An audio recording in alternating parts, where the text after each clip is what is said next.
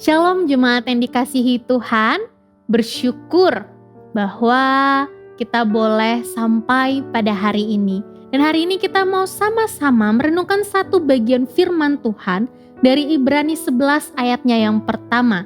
Berkata, iman adalah dasar dari segala sesuatu yang kita harapkan dan bukti dari segala sesuatu yang tidak kita lihat. Bapak Ibu Saudara yang dikasihi Tuhan, berbicara soal iman, engkau dan saya percaya sekali bahwa kita mengaku sebagai orang-orang yang beriman. Namun iman yang seperti apakah yang sebenarnya kita miliki? Apakah iman yang benar-benar sesuai dengan apa yang Alkitab katakan? Pada bagian yang tadi kita baca, penulis surat Ibrani secara gamblang menyampaikan bahwa iman itu adalah dasar dari segala sesuatu yang kita harapkan dan bukti dari sesuatu yang tidak kita lihat. Perlu digarisbawahi Bapak Ibu Saudara, dasar. Berarti itu iman sifatnya itu adalah kuat, kokoh. Dia itu posisinya dalam kehidupan kita sebagai orang percaya itu adalah fondasi, dasar, fondasi ya, alas. Atau dalam terjemahan bahasa Inggris itu bisa diterjemahkan juga sebagai assurance, asuransi, jaminan, pegangan yang kuat, pegangan yang pasti. Akan apa? Akan harapan. Harapan yang seperti apa? Ada di kalimat berikutnya Bapak Ibu Saudara. Harapan yang tidak kita lihat. Apakah ini berbicara soal sesuatu yang mistis? Sesuatu yang sesuai dengan keinginan kita, oh kita tidak tahu besok hujan atau tidak.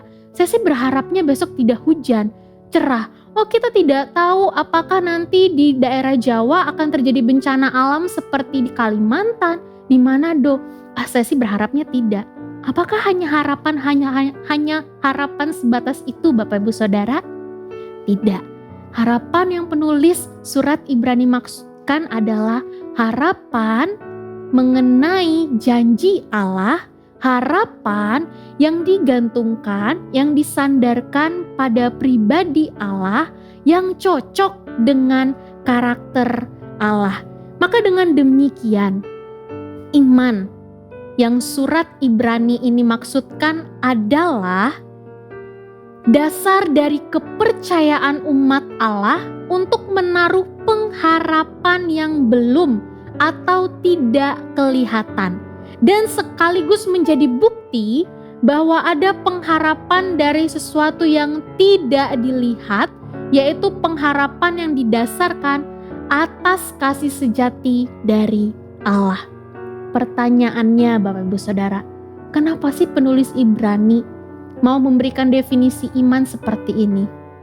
Usut punya usut, ternyata penerima surat ini adalah orang-orang Kristen Yahudi yang pada saat itu mereka hidup dalam penderitaan, penganiayaan, kondisi kehidupan sekitar itu sangat tidak mendukung untuk pertumbuhan iman mereka Bapak Ibu Saudara. Bahkan di antara mereka itu imannya itu sangat bergoncang. Mereka punya kemungkinan, punya keinginan, punya hasrat untuk kembali ke agama Yahudi, untuk meninggalkan Kristus, untuk menduakan Kristus, untuk berbalik. Bukannya maju terus berjuang dalam iman mereka, malah mereka tuh punya kemungkinan untuk mundur. Kalau penulis surat Ibrani katakan mereka punya kemungkinan untuk murtad. Kondisi inilah yang akhirnya membuat penulis mengatakan iman kepada Yesus Kristus adalah dasar sekaligus bukti bahwa apa yang kita harapkan di dalam Kristus, bahwa apa yang janji-janji Kristus katakan, sesuatu yang tidak kita lihat, yang belum kita lihat, itu pasti akan terjadi. Kalau permasalahan soal waktu, kita tidak bisa jawab kapan Bapak Ibu Saudara. Cuman Tuhan yang tahu. Lalu sebagai orang percaya, bagaimana kita menyikapi kehidupan kita saat ini? Sebagai salah satu orang yang masih cukup muda, saya sangat mencintai dunia sosial media Bapak Ibu Saudara. Salah satu sosial media yang saat ini sedang hype, sedang naik-naiknya, itu bukan lagi Facebook, bukan lagi Instagram, tapi namanya TikTok Bapak Ibu Saudara. Sewaktu di akhir tahun 2020 lalu, banyak sekali warga-warga TikTok, para pengguna TikTok itu yang mengupload satu video singkat yang berisi harapan bahwa 2021 dunia ini akan menjadi lebih baik. Setidaknya yang namanya pandemi itu kasusnya itu menurun, bukannya menaik. Kondisi bangsa Indonesia setidaknya lebih baiklah sedikit. Diharap-harapkan tidak ada bencana, kita hidup rukun, toleransi di mana-mana. Yaitu harapan. Dan itu bertebaran Bapak Ibu Saudara di platform yang namanya TikTok. Tapi satu ironi terjadi bukan di sekitar kita. Baru masuk tahun 2021, berita duka sudah melanda negeri kita. Pandemi bukannya menurun kasusnya, malah menaik, meningkat tajam. Yang semula di Pulau Jawa sekarang sudah mulai menyebar kemana-mana. Belum lagi berita duka pesawat jatuh. Saudara kita yang ada di daerah lain mengalami bencana alam, erupsi, gunung Merapi, banjir, dan sebagainya macam. Dunia kita bukannya semakin hari semakin baik, malah semakin buruk. Bahkan engkau dan saya sampai saat ini pun beribadah masih dalam keadaan tidak enak. Masih dari rumah saja. Padahal baru Desember lalu kita menerima kabar ibadah onsite akhirnya dibuka. Baru 2 kali ibadah dibuka udah harus ditutup lagi. Lalu bagaimana dengan keadaan perekonomian? Sama aja Bapak Ibu Saudara. Tidak naik, cenderung turun. Bagaimana keadaan rumah tangga masing-masing engkau dan saya? Apakah cenderung membaik? Puji Tuhan kalau iya. Tapi ada tidak yang cenderung memburuk? Ada. Semua menjerit, semua menangis. Semua mempertanyakan kapan semuanya akan pulih. Namun saya mau katakan, di antara sekian banyak orang yang mempertanyakan kapan kondisi dunia ini akan membaik, ada yang mulai gentar imannya. Ada yang mulai mundur imannya. Mungkin secara tidak gamblang mengatakan dia akan mundur meninggalkan Kristus. Tapi secara sikap, secara kedisiplinan rohani, pelan-pelan mundur. Seperti tikus yang mati di lumbung padi. Bapak Ibu Saudara, keadaan kita tidak jauh berbeda bukan? Dengan keadaan yang dialami oleh penerima surat Ibrani. Namun ingatlah bahwa kondisi keadaan sekitar kita tidak mempengaruhi kasih setia Allah kepada kita. Tidak mempengaruhi pribadi Allah kepada kita. Tidak mempengaruhi apapun janji Allah kepada kita. Janjinya tetap iya dan amin. Tugas kita adalah memegang teguh iman percaya kita kepada Dia.